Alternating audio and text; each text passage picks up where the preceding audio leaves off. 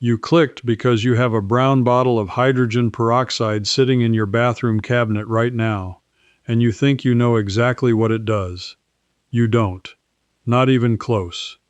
That same 3% bottle you paid about $1 for can do the work of a dozen products under your sink, in your garage, and out in your garden. Products you're paying $40, $50, $125 a year to replace.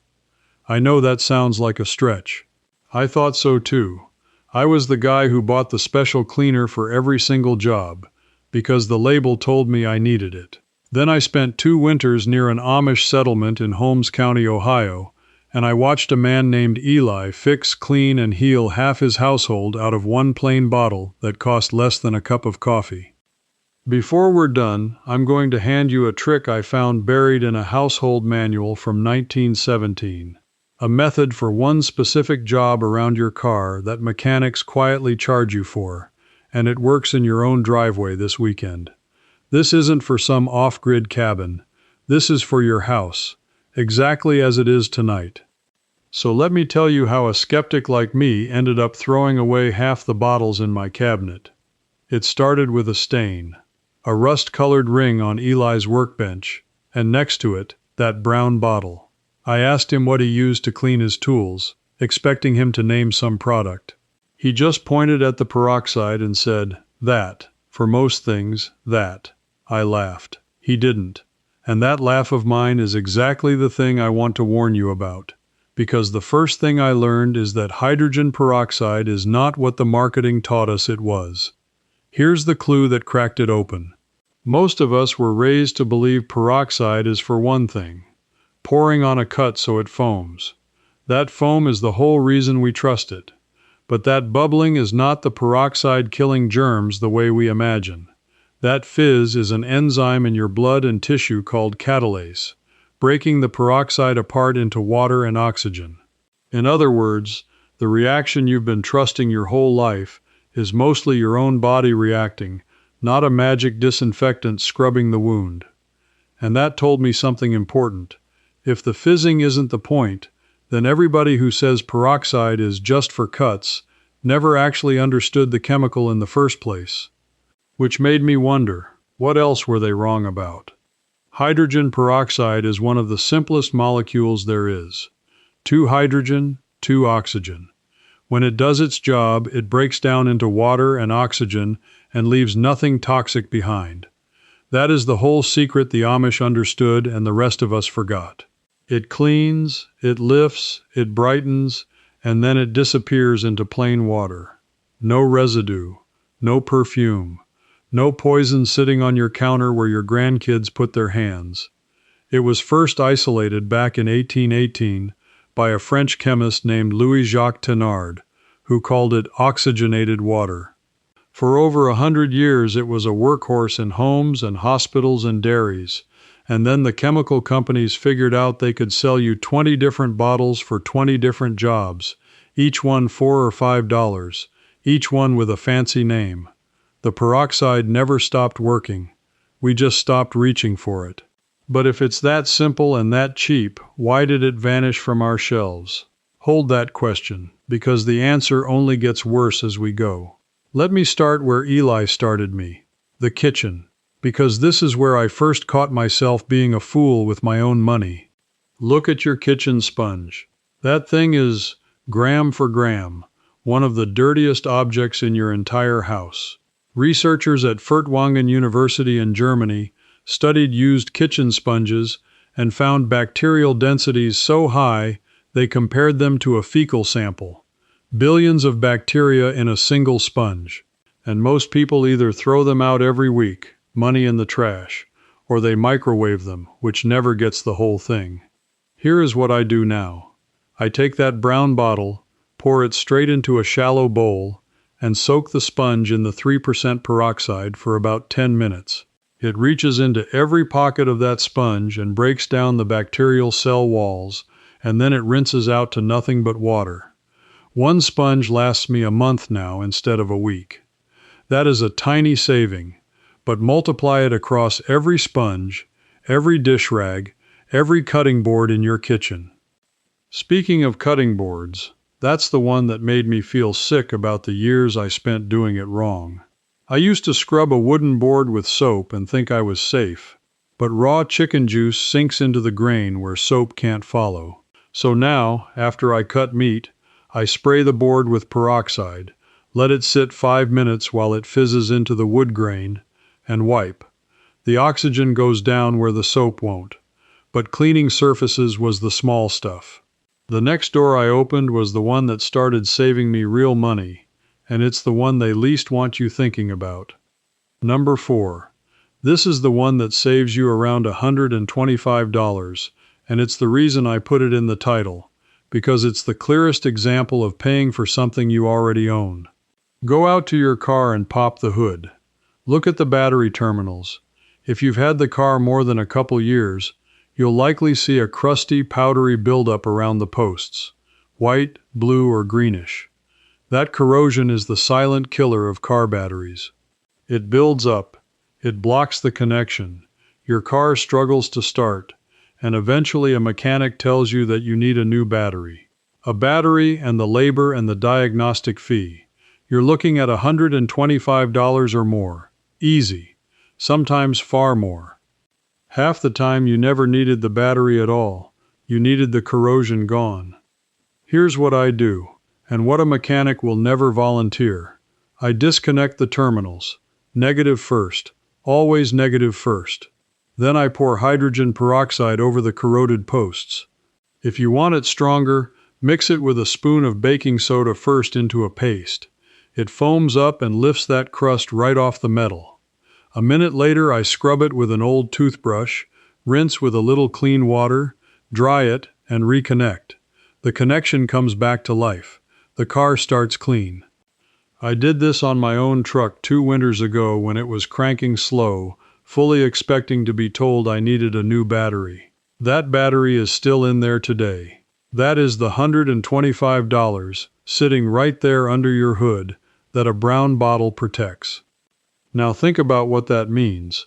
A $1 bottle stood between me and a $125 repair, and nobody in the whole chain of people I paid for car service ever mentioned it.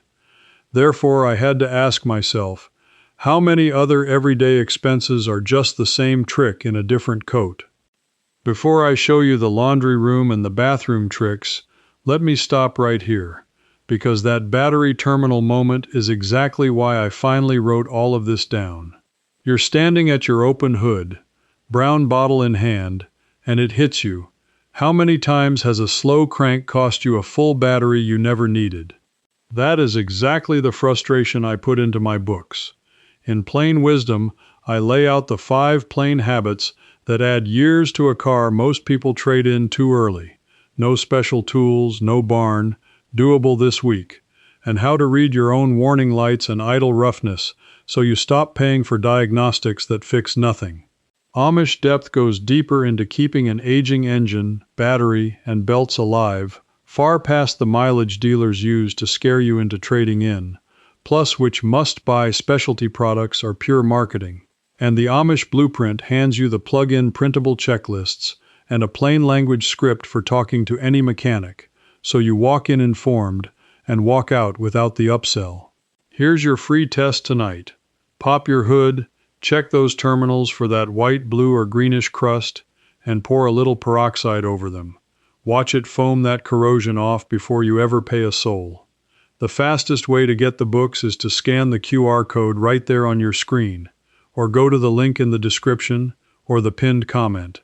And winter is the season that punishes a weak battery hardest, so this is the exact know-how you want in your hands before the first cold morning. Now let me take you into the laundry room, because this is where I really started to get suspicious. You know those laundry pens, the color-safe bleaches, the pricey stain removers with the smiling family on the bottle? I had a shelf of them. Then Eli's wife showed me their laundry. Bright, clean, no fancy products in sight. Their whitening secret for aprons and shirts and linens was peroxide, plain and simple. Peroxide is what's called an oxygen bleach.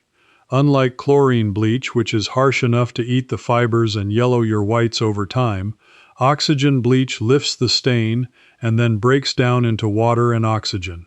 For blood, for sweat stains under the arms, for that yellowing on old pillowcases and collars, you pour a little peroxide directly on the spot, let it sit for a few minutes, then wash as usual.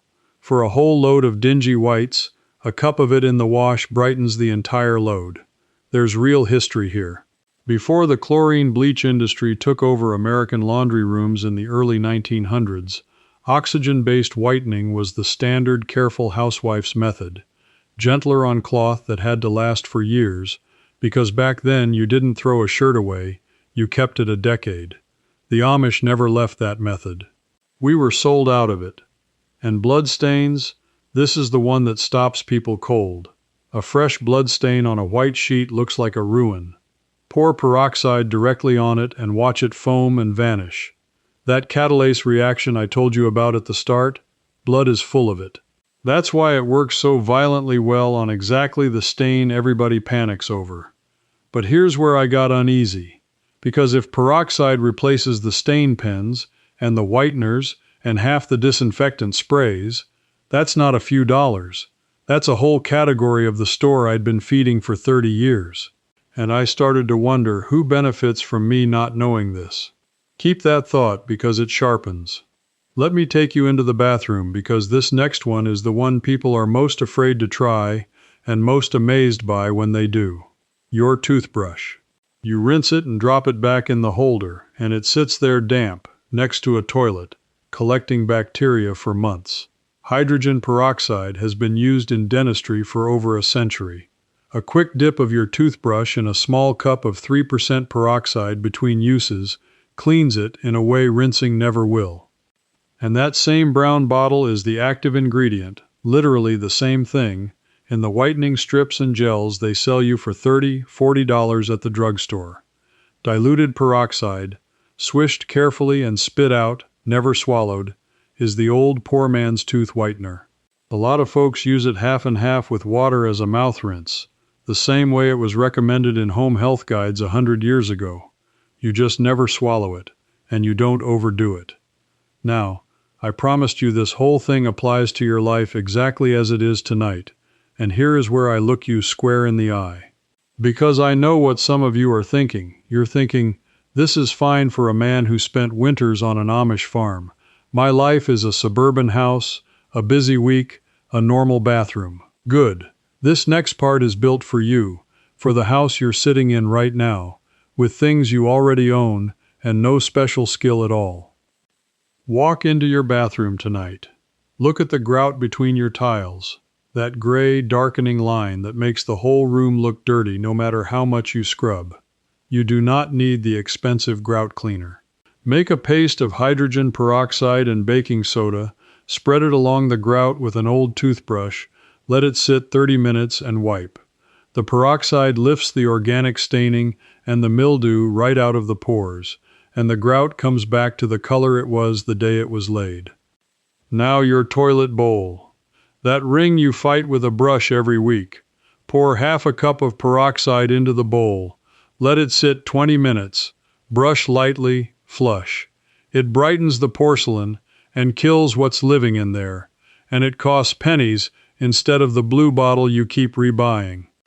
Your cutting boards, your sponge, your kitchen counters after raw meat, your bathroom mirror if you mix it with a little water for a streak-free shine. Your reusable grocery bags, which get filthier than anyone admits, a quick spray inside and let it dry. The white residue and germs from leaking meat packages, gone. Even your humidifier. That tank grows slime you can't see, and then it blows it into the air you breathe all night. A cap full of peroxide swished around the tank and rinsed keeps it clean. This is the kind of thing that costs you nothing and quietly protects the air in the room where you sleep.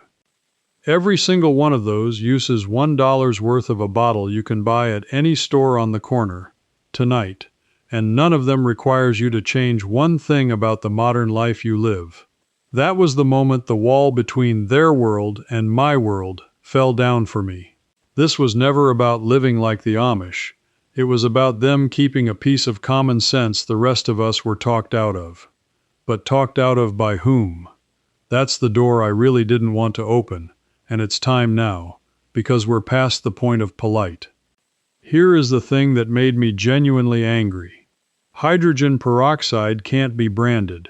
You can't patent water and oxygen. There's no fortune in a chemical that costs $1, does 30 jobs, and then disappears into nothing. There is a fortune, though, in convincing you that you need a separate specialized product for every single one of those jobs. A bathroom spray, a kitchen spray, a glass spray, a stain pen, a whitening strip, a battery cleaner, a produce wash, each with its own bottle, its own price, its own smiling label. Look under your sink right now. Count the bottles. I counted 14 once. 14 bottles, each $4 to $6, most of them doing a job that one brown bottle does better and safer. That's $60, $70 of shelf space, replacing something that costs $1. Multiply that out over the years, and you understand why nobody in the aisle is pointing you toward the cheap bottle in the corner. That's the villain, not a person. A whole habit of marketing built to make simple things feel complicated, so a simple, honest solution starts to feel too good to be true, and you walk right past it. The Amish walk past all of it, not because they're clever marketers in reverse, but because they never signed up for the treadmill in the first place. When I asked Eli why he trusted one bottle for so many jobs, he didn't give me a chemistry lecture. He said his father used it, and his father's father, and it never once let them down. That's the quiet part. The knowledge didn't get disproven, it just got drowned out. Therefore, the real question isn't whether peroxide works, it's how much of this old, simple know-how got buried, and whether any of it can still be dug up. And that's exactly what I went looking for, the deepest, oldest use I could find. Which brings me to the thing I most wanted to hand you tonight. Let me tell you about the garden, because this is where the trail led somewhere I did not expect. I'd noticed Eli's seedlings came up faster and stronger than mine, and I couldn't figure out why. So I went digging, not in the dirt, in the old books. And in an agricultural household manual from 1917 and echoed in later university extension research, I found it. The old growers knew that a mild hydrogen peroxide soak does two things at once for a seed and a plant, and both of them are things gardeners today pay good money to solve separately. First, the seeds. If you soak your seeds in a very mild solution of peroxide and water before planting, roughly a spoonful of the 3% bottle to a cup of water, for a few hours, the peroxide softens the seed's outer coat and floods it with oxygen. The old manuals described it as waking the seed. Extension studies since have confirmed it can speed and improve germination, especially on tough, slow seeds. The Amish gardeners weren't reading the studies. They just knew the soak made things sprout. But here is the part that stopped me, the finale I really wanted to give you, because it solves a problem that ruins more houseplants and garden beds than anything else, and almost nobody connects it to that brown bottle. Root rot, overwatering. That moment when your plant wilts and you water it more, and it only gets worse, because the real problem is that the roots are drowning and rotting in soggy, oxygen-starved soil, and a fungus has moved in. People throw the whole plant out. People pay for special fungicides. The old method is this. You mix 1 part of the 3% peroxide to about 3 or 4 parts water, and you water the sick plant with it at the roots. When that peroxide hits the wet soil, it breaks apart into water and pure oxygen, right down at the root zone. It does 2 things in one pour. The burst of oxygen relieves the very suffocation that's killing the roots, and the same oxygen release attacks the anaerobic rot fungus that only thrives where there's no oxygen. You are, quite literally, letting the roots breathe again. I tried it on a fern I had already given up on, one I'd have thrown out a year earlier. Within a week and a half, it turned the corner. That plant is alive today. Think about the shape of that. A method written down in 1917, proven out later by university extension research, kept alive quietly by farm families who never stopped using it. and lost to the rest of us because there's no money in telling you that the cure for your dying plant is the same dollar bottle that cleans your car battery and whitens your sheets. The knowledge existed. It got pushed aside. Someone kept it breathing. And now it's in your hands. That's the whole thing, isn't it? One simple, humble bottle that industry couldn't own, so industry taught us to forget it.